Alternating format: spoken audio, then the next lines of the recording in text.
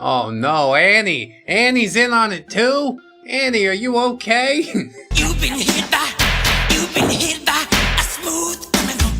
Hello friends, welcome back to ReddX Trace Amounts of Science. Today we're getting into some r/RPG horror stories. I've heard the outcry and surely, we should get back to it. It's just good tabletop and fun. So, I hope you guys will enjoy. Thanks so much for being here. Let's go ahead and get on into this thing with our first story, Shitty Situation. Oh, good. This one's kind of gross, so I'm marking it as not safe for work. That's the thing that attracted me to it, I'll admit.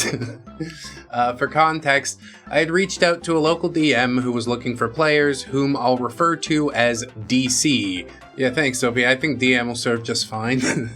I needed at least one more player for my campaign, my first campaign, and they needed players for theirs, so I told them that they could meet my 3 other players and see if any wanted to join their campaign while also playing in mine.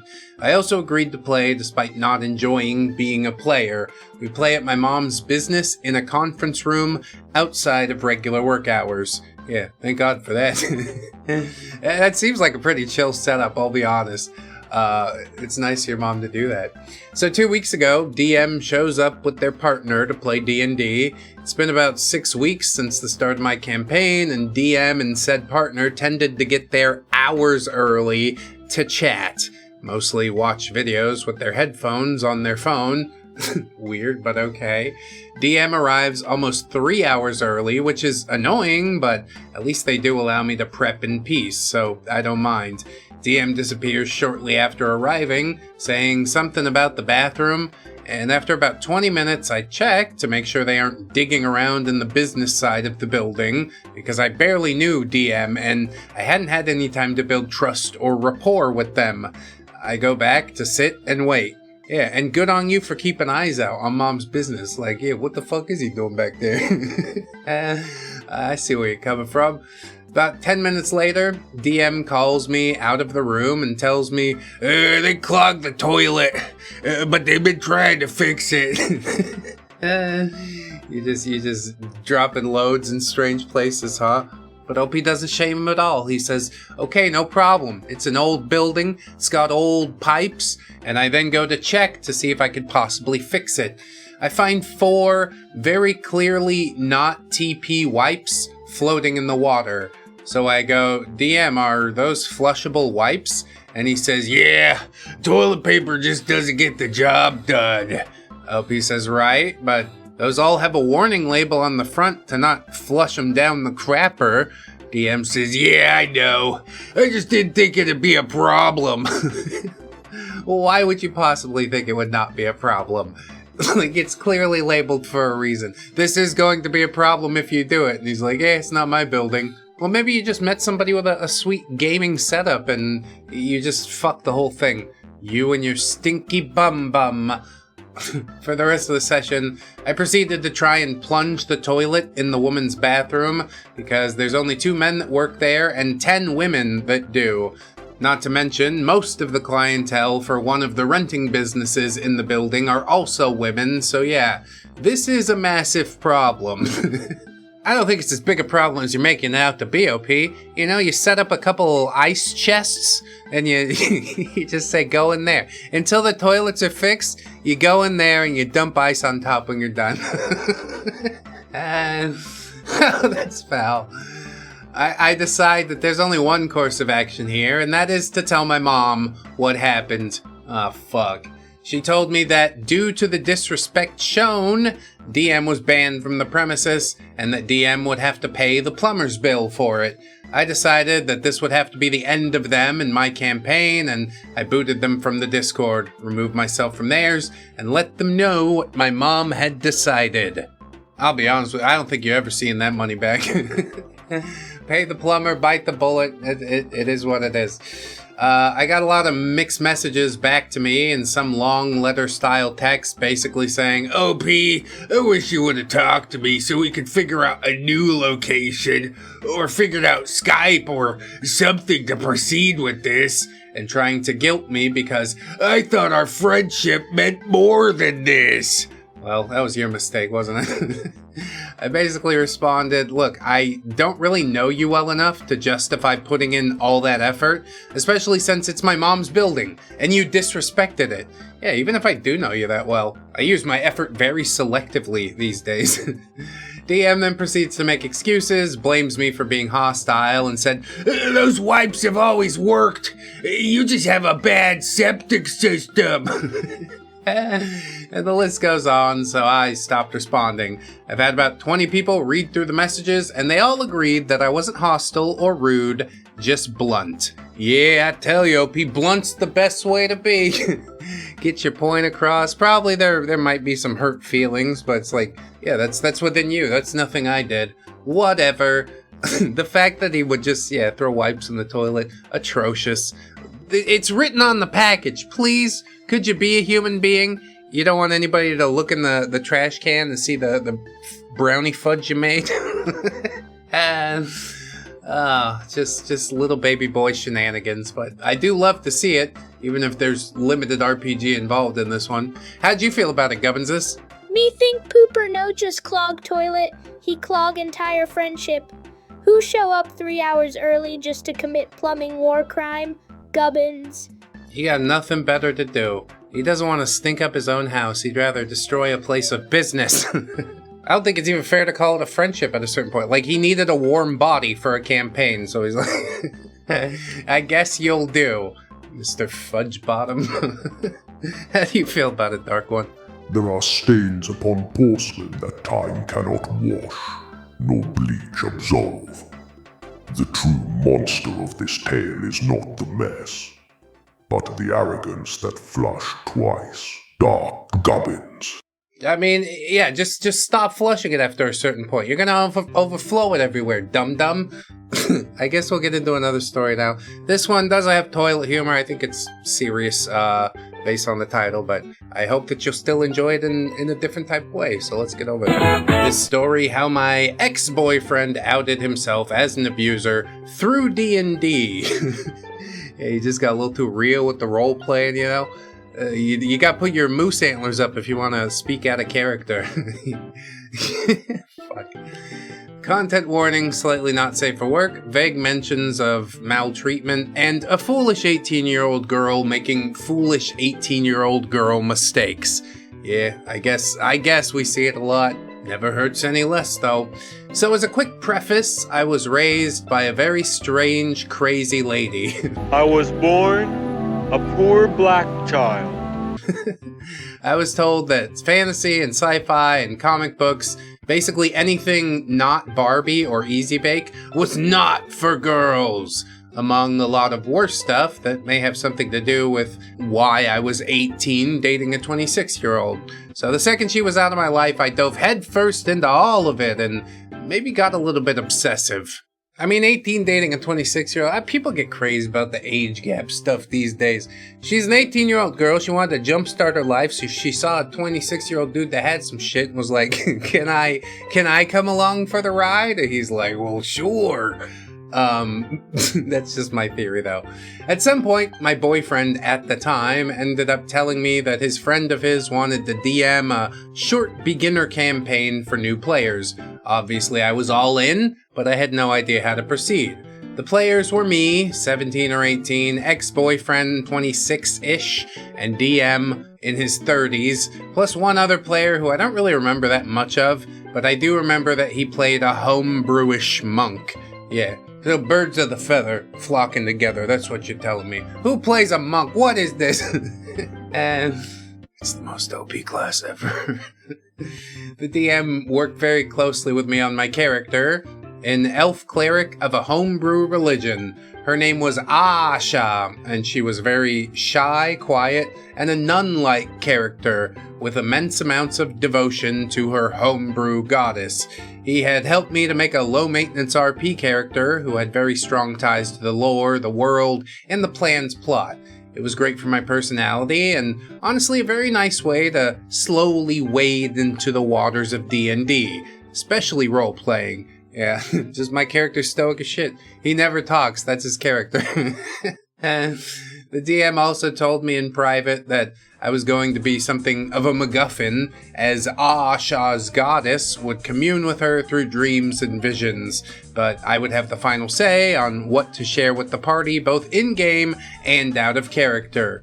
Ooh, you get to be the chosen one, OP. This 30-year-old man who's like, welcome to the game, 18-year-old girl. I want you to wade in slowly, but also you're central to the plot. And that's in and out of game as well. DM's gonna main character the shit out of this.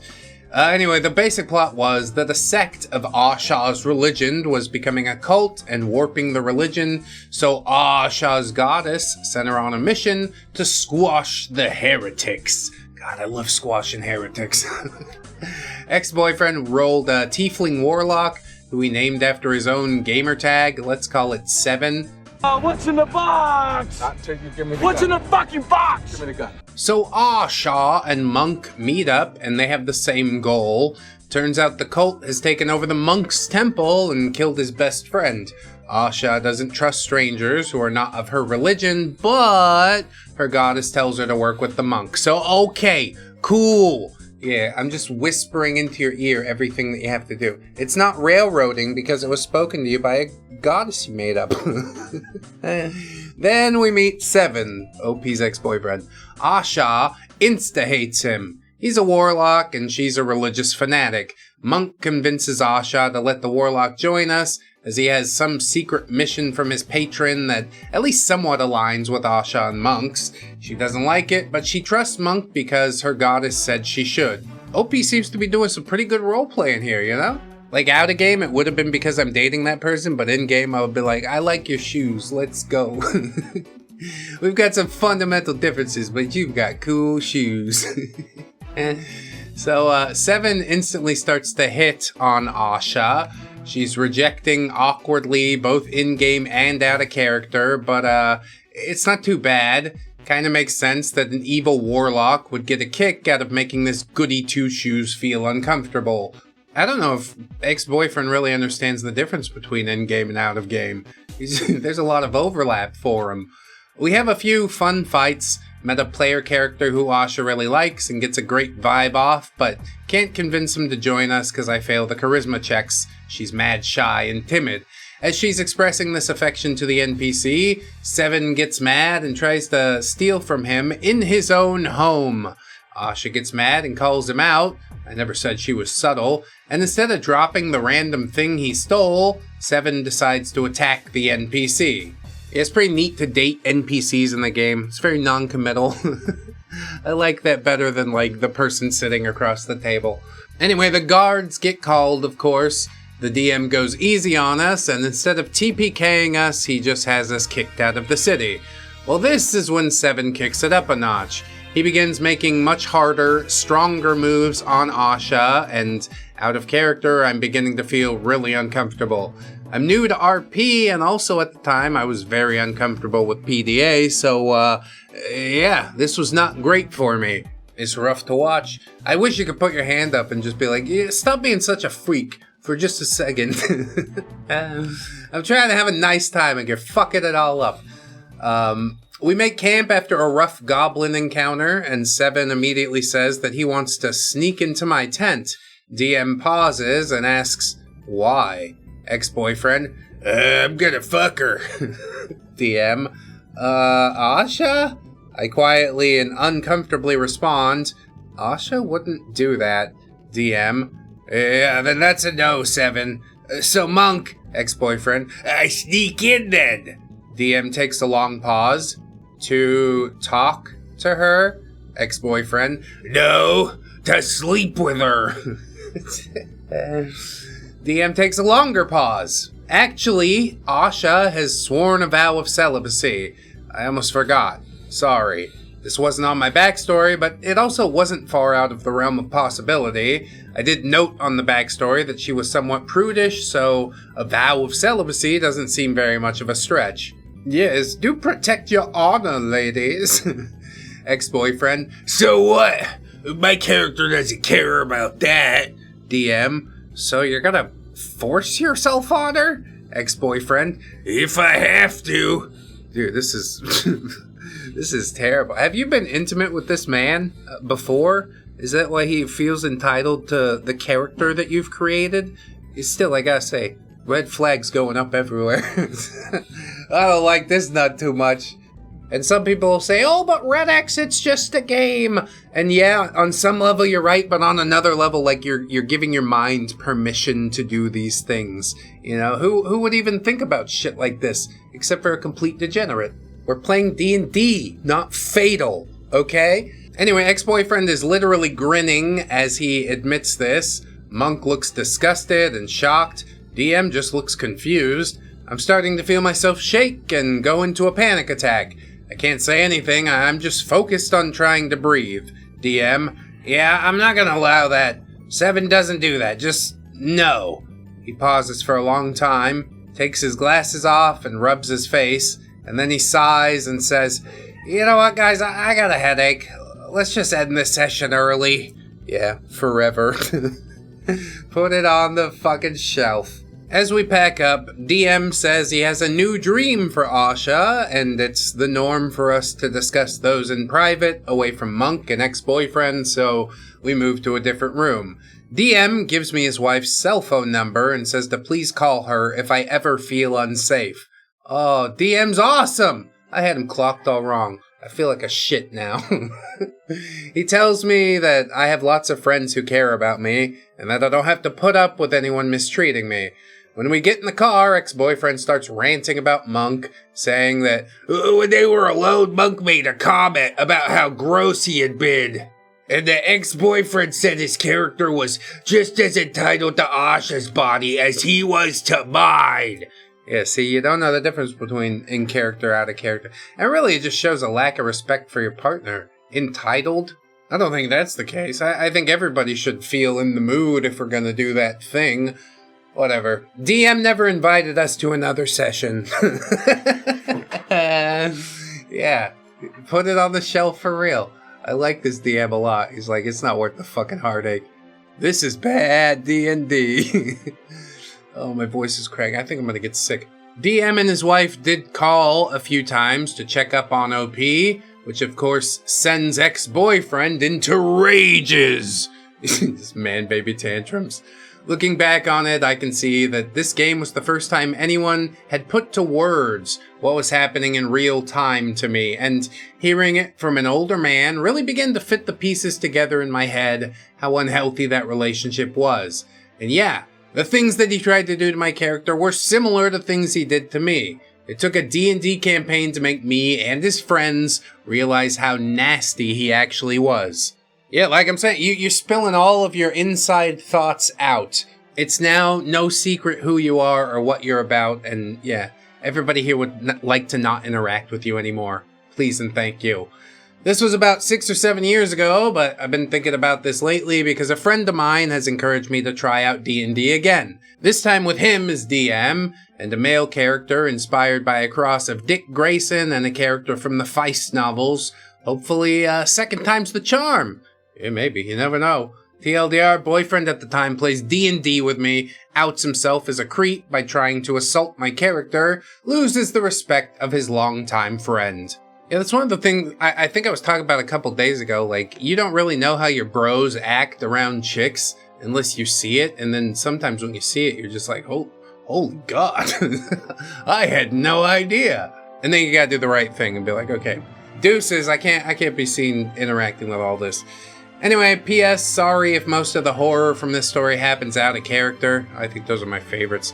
But I only realized recently that this was when that horrible relationship started to crumble, and I'm only recently rediscovering my interest in tabletop RPGs, so the events have linked in my head, and I thought it would be cathartic to share. To anyone who cares, I'm a long time out of that relationship, and in a healthy one with a man of my own age, one with a lot more listening, respect, and care. Thanks for reading. Edit, wow, I'm blown away, etc., etc. Yeah, thanks so much. You're welcome. You're welcome. We took the ride with ya. And honestly, it's not really even that surprising to me. There's probably some people that would shrug it off and be like, oh, I don't know, he's just a creep. But, yeah, this proves that it's not birds of a feather. They saw something they didn't like about their friend, and they was like, okay, I gotta go now. And sometimes that's the best thing, you know? I do hope you get your shit figured out, but I can't be party to it, alright? That DM was a total Chad. I feel bad for clocking him wrong early on, but, you know, it is who you associate with, so sort of some connotation there. But I missed the shot on that. What can I say? How do you feel about it, Gubbinses? Brain smoother than dice with no numbers, just rolls forever and always lands on no. He play warlock but act like mold and shower. Creep grow in dark and pretend it romance. Me smell festering hole where his soul should be. Gubbins. Festering hole? I didn't know you could smell people's souls for one. But yeah, if it smells like a festering hole, don't smell it any further. How about you, Dark One? Can you verify? Do you concur? A hollow man in a rented ego, smelling of axe and unfinished apologies, entropy in cargo shorts, charisma dump stat, entitlement maxed, NPC energy with final boss toxicity, dark gubbins. Gotta give the point to Gubbins on that one. Although, I really do like entitlement maxing. I'm trying to max out my entitlements. It's not going well!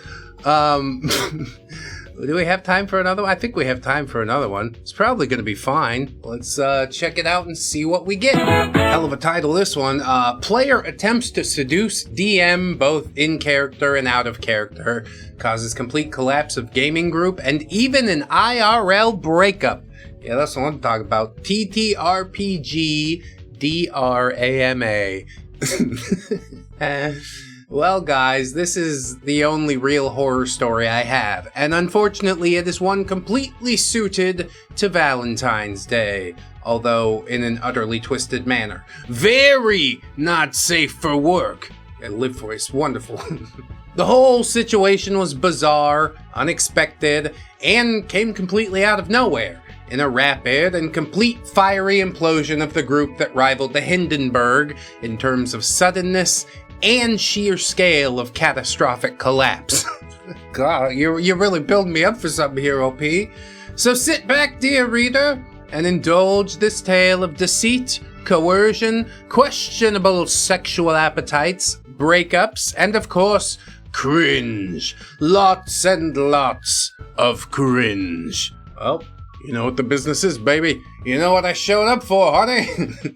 The cast consists of names changed, me, the DM, Dave, my roommate, playing a half-orc fighter, was not present for the session in question, which is still relevant later. Annie is Dave's girlfriend, she's playing a halfling cleric. Rich is a friend of mine and Dave's, playing a zany gnome sorcerer.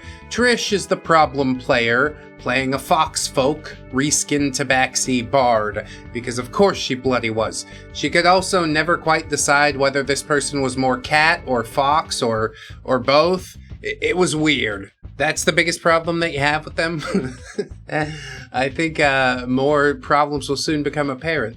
So we cast our minds back to the earliest days of yore, 2013. I was at university, and we were all playing 3.5 edition D&D.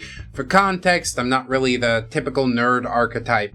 I'm fairly tall and muscular, and my biggest interest outside of tabletop RPGs, science, math, nerdy movies, and video games is playing rugby, and I was on the uni team. I am, or was, being an adult sucks, something of a socialite. I like to host parties. I love being the center of attention. I love singing. In short, my highest IRL stat is charisma. My lowest, apparently, is wisdom. Yes, I'm a dude bro. Yes, the exact stereotype you're currently thinking of. That one. It me. I really don't think it is, but whatever we need to tell ourselves is fine. I'll give you your masturbatory paragraph, because I've been promised lots and lots of cringe, and sort of you're delivering, just not in the way I expected. And after one such get-together at my place, which was inevitably always a strange mix of guys from the rugby team, my course mates, I studied physics, and my flatmates and their mates, etc., myself, Dave, and Annie were talking, and I suggested the idea of running a D&D game, and they were both pretty into it. Neither of them had played before, but Dave informed me that our mutual friend Rich played, which I didn't know, and Annie said she had a friend that would be super excited to join because she was obsessed with tabletop RPGs. Enter Trish. Oh, yeah, Legbeard. How's your girlfriend hanging out with Legbeard? Where'd she pick this one up? Trish was the only person who attended that I didn't know, which naturally made her something of a wild card, but being the sociable person I was, this didn't bother me at all. And when I first met her, all seemed fine. She was lively and excitable. Her and Annie both did practical effects design, and she was artsy and enthusiastic with a real twinkle in her eye, which I would realize all too late was not a twinkle, but the barely perceptible electrical feedback which indicated the short-circuiting of the sanity wires in her brain. How tragic. You're painting a real sad character here. I won't feel bad for her for too long, I think. I thought she'd be a joy to have at the table, rolling dice with us. If only I had known the depth of the anime love interest complex that she apparently had. I might have realized that the rattling noise wasn't her dice tower, but the loose marbles rattling around inside her skull. Okay, I get it. Now make her do something, please. So anyway, from the very first section, the group was great, and everyone's character had fun, if a little tropey. This is why I didn't bat an eyelid at Trish playing up that bard and hitting on every NPC. We all had a good laugh about it, and I responded with NPCs flirting or not flirting in the exact same manner as they would with Dave's character, who often tried his luck, all to our amusement, with his -1 to charisma checks.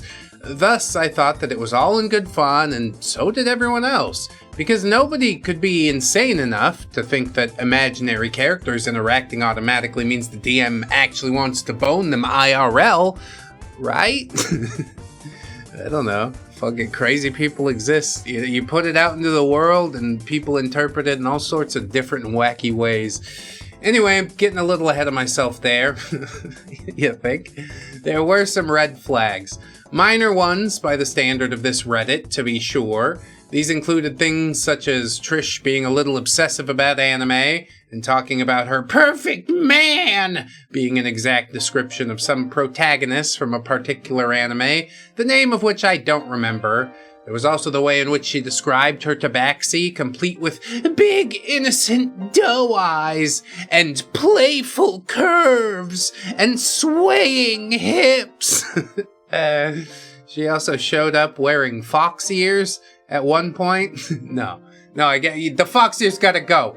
Opie says, I thought she was just really getting into the game and playing into her character, which in a really disturbing sort of way was right on the money. Yeah, you've gone too far. I need you to turn back now. She also had a weird habit of maintaining eye contact with me for uncomfortably long periods of time, but I, with my IRL dump stat and wisdom, didn't put it together that she might have a crush on me, in case where this story is leading wasn't horrifyingly obvious already. Bro, did you bang a Legbeard? That's what I want to know. Check out the shirt over our fourth wall. I appreciate ya. I'll pin it in the comment or something if I remember. So yeah, I was enjoying the group and the immersion. Everyone spent a lot of time talking in character and getting really into it, including Dave and Annie, who had been a little hesitant about roleplay at first. Trish spent almost no time whatsoever talking out of character, another mild red flag that I overlooked entirely, but one that stands out from the rest in this little retrospective. And so, dear reader, begins the fateful night. What a terrible night to have a curse. Note that Dave, my roommate, was not present for this session. Yeah, we did note that already. Is that how it comes up? What the fuck? The night is dark and full of fox-eared discomfort, friends. It was a heavy RP session. The previous one had been a sizable combat session with one of the villains, and a small side story arc had been completed, so there was lots of looting and paying off debts and favors and collecting accolades and drinking in bars and being paraded around on the shoulders of the liberated villagers, all those normal tropes. This also coincided with the end of our second year exam period, so we were IRL in a similar mood. Are we playing drunken D&D? That sounds really fun, actually. Hit me with another beer, G-Barkeep! Everyone's having a good time in a low-pressure session, drinking a decent amount, both IRL and in-game. Hell yeah, bro. Everyone was smiling and having fun. Trish's character decided that tonight was the night to try and get it on with the burly human bartender NPC that she'd been flirting with throughout the campaign whenever they'd been in town. Again, I only picked this up in retrospect, but this was the NPC who most closely, although truly not even that fucking closely, resembled me in how I had described them. And she had singled this NPC out repeatedly. I guess this whole story is just about, like, yeah, this Legbeard wanted to bone me one time. Which I have a story similar, but I haven't written it or told it because I feel that it would come across as douchey. And this OP does come across as a little bit douchey. I'd like to say he's drawing lines that aren't there, but I guess we'll have to see how the whole thing ends. Anyway, in the revelry of the villain's defeat and the town's celebration, she succeeded on her seduction role for this poor bartender. I made a joke about them going off to have, quote, very scratchy cat intimacy for which the bartender will probably need his back bandaged, and I attempted to fade to black. Yeah, that's a good shit. Okay, we know what's gonna happen there. Congratulations, you did it. But she's gonna be like, no, you have to describe it to me. Actually, no, I don't. Actually, why don't you get the fuck out of here? Trish wasn't having any of that. Obviously, she wanted to vicariously play out this encounter between these two abstractions in a display that would have made Sigmund Freud himself make the concerned Tom face. She interjected, describing how her character waited for him to go and get her drinks before taking off all her clothes, changing into just one of his thin shirts and waiting on his bed in a seductive pose as she began to purr. Meow! Okay, a little too much detail there. And she has this creepy, lascivious look in her eyes while she describes it, but fine. She's had a couple of drinks and is getting way too into it. I once again try with, and as he sees you, he shuts the door behind himself with a smile. Anyway, back at the bar, Clumperdunck's in the midst of his absurd levitating tankards performance when Trish again interjects, pouting a little this time. She describes how her character stares into his green eyes. My eyes are green. The NPC was described as having blue eyes, and runs her clawed fingers through his brown hair. Again, you guessed it, matches description with me, not the NPC, and she's now positively leering at me like I'm a cartoon steak. Rich catches onto this and looks about as uncomfortable as I feel. Annie is giggling, and I assume that this was just nervous laughter, but that was not so. Oh no, Annie! Annie's in on it too? Annie, are you okay? You've been hit by a smooth criminal.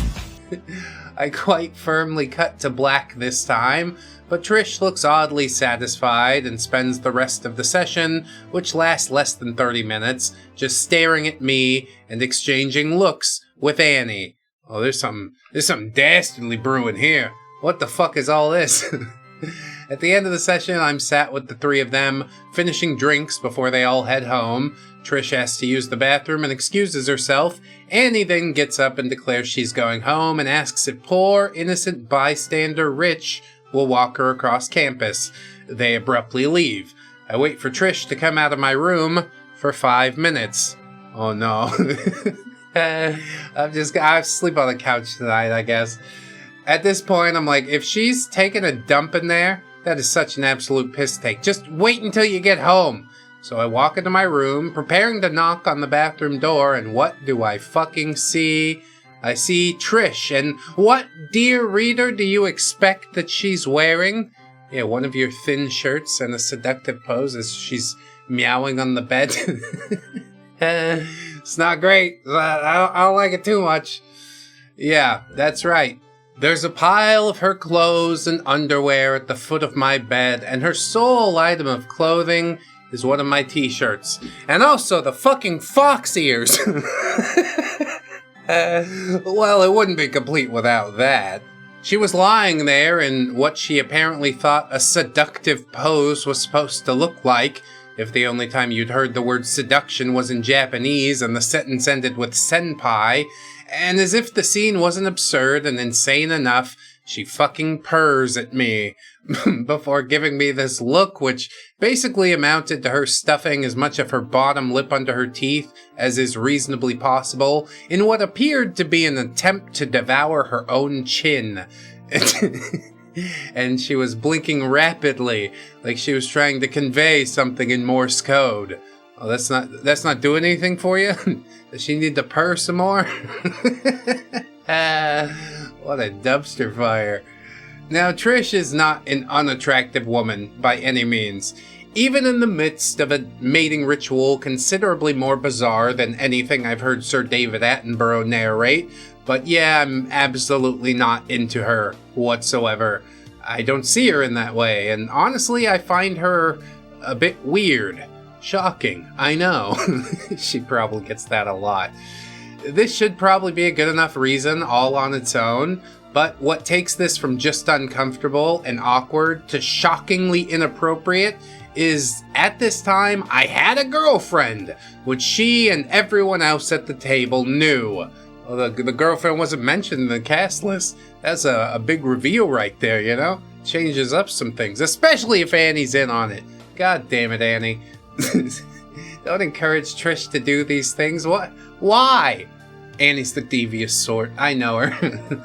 At this point, I'm standing in the doorway, probably looking like I've seen a fucking ghost, and my brain is turned to mush trying to decipher the incomprehensible spectacle unfolding before my eyes. She then stops deep-throating her chin and says, "If you want your shirt back, you'll have to take it off of me." I'm now legitimately pissed off with her for this level of inappropriate behavior. I tell her as calmly as possible that she can keep the shirt, but she needs to leave. She scowls at me, and I truly wish I were joking, hisses at me, like a cat. You know the reason is because you're weird like this. Now please go. Despite how deeply uncomfortable and annoyed I am, it is an act of such sheer, abject absurdity that I can't help but burst out laughing. She immediately loses her shit, of course, grabs her clothes in a bundle and runs outside my flat in just my t-shirt, not stopping to even put on undies, screaming at me the entire way. Yeah, that chick's a fucking maniac. Why you set me up like this, Annie? I blame Annie for the whole thing. No, it's Trish's fault for going through with it, but I think she was gassed up by somebody. Apparently either Annie or Rich had forgotten something, so they're about 100 meters away walking back toward the flats. They and everyone else around see this 2/3 naked cat fox woman throwing a hyper tantrum over getting rejected, creating an utter spectacle in the quad, which is overlooked by several blocks of halls, not to mention other students who just happened to be outside. I would have been mortified if I wasn't too busy being somewhere between utter speechless disbelief and repressing uncontrolled mirth. I mean, hell of a show, you know? This is why we're paying that 6-figure tuition. Probably, who cares? Annie runs over and throws her coat over the now hysterically crying Trish, and then starts berating me herself, calling me selfish and ungrateful, and telling me how Trish is better for me than my then girlfriend. She's evil. I'm in utter shock and disbelief at this point, because this is totally out of character for Annie, not knowing what to do in the midst of this bizarre and mutually humiliating meltdown. I just give an apologetic wave and grimace to Rich, and then go inside and close the door. That's all we can do. Just try our best to forget. I call Dave and fill him in on what the fuck just happened. He's as baffled, shocked, and angry as I am, especially after I describe Annie's reaction. He calls her and demands to know what is going on. As it turns out, Trish and Annie had concocted the events of the evening together. Annie had informed Trish that Dave would not be present, making it a good night to make her move. And Trish had apparently described the rest of her cringe-inducingly misguided plan. That's also why Annie was giggling at Trish's in-character shenanigans earlier this night, and why she had so abruptly convinced Rich to leave with her when Trish had asked to use my bathroom. This, it seems, was the signal. These girls gotta be so deluded. Like, what? What on God's green earth would make you think this would ever work? Dave called me about 2 hours later. It was almost 4 a.m. by this point, and he said that he had a huge argument and a shouting match with Annie over the phone and that they had broken up. I received a text from Rich the next day saying he didn't want to play with us anymore because he couldn't handle the drama. Although I explained to him that Trish would absolutely not be there again, I couldn't really begrudge his decision to leave with such a sour taste in his mouth. I blocked Trish's number almost immediately after she left, and the only correspondence I had with Annie was a text from her that just said, "See you next Tuesday," before I blocked her too. Dave and I never played D&D together again, though we still are friends to this day, so that's it, Reddit. My one and only horror story, and most of it had absolutely nothing to do with the actual game. Yeah, as we like it. Sometimes the creepy predatory weirdo isn't a basement-dwelling neckbeard, but a pretty girl of half your size and more screw-loose than a piece of IKEA furniture that your grandma tried to put together, who apparently thinks acting like a anime cat fox woman is just the height of seduction. Yeah, she's been poisoned. She's been poisoned in a lot of different ways. And I'm glad you didn't do it, you know? Even if you were single, like, there's something to be said for not sticking your dick in crazy. That's what I know. She's just, yeah, a little much. And once you give her some, it's gonna be a little much more. Not a ride I'm willing to take, I'll tell you that much. How about you, Gubbinses? Would you give the cat fox lady a swing or not? Me give ride, no. Me give pamphlet on consent and a broom to sweep up dignity crumbs. Ears clip on, boundaries real, go home and pet your delusion. Gubbins. Okay, so that's a no. How about you, Dark One? I do not chauffeur catastrophe. Seduction by his is public transport to restraining order. She seeks a carriage of sin, receives a cab of consequences. Meter starts at respect. Fair, unpaid, dark. Gubbins. What the fuck was that? It was like a public transport version of what we were talking about? I didn't mean like literally, would you give her a ride? Would you give her a swing? Whatever, it's fine. We're close enough. Unanimously, no. Everybody says no, myself included. And thank goodness, we're all learning better. I hope you guys did enjoy the episode, though. Check out the Patreon and YouTube memberships if you want. We're on Spotify, iTunes, all types of podcast services. I did plug the fourth wall this time around, but you can check it out if you want to see some of the merch. And thank you guys so much for watching, of course. I hope you all always remember you are loved, you are worthy, you definitely deserve it, and I shall see you in the next one. So until then, bye-bye.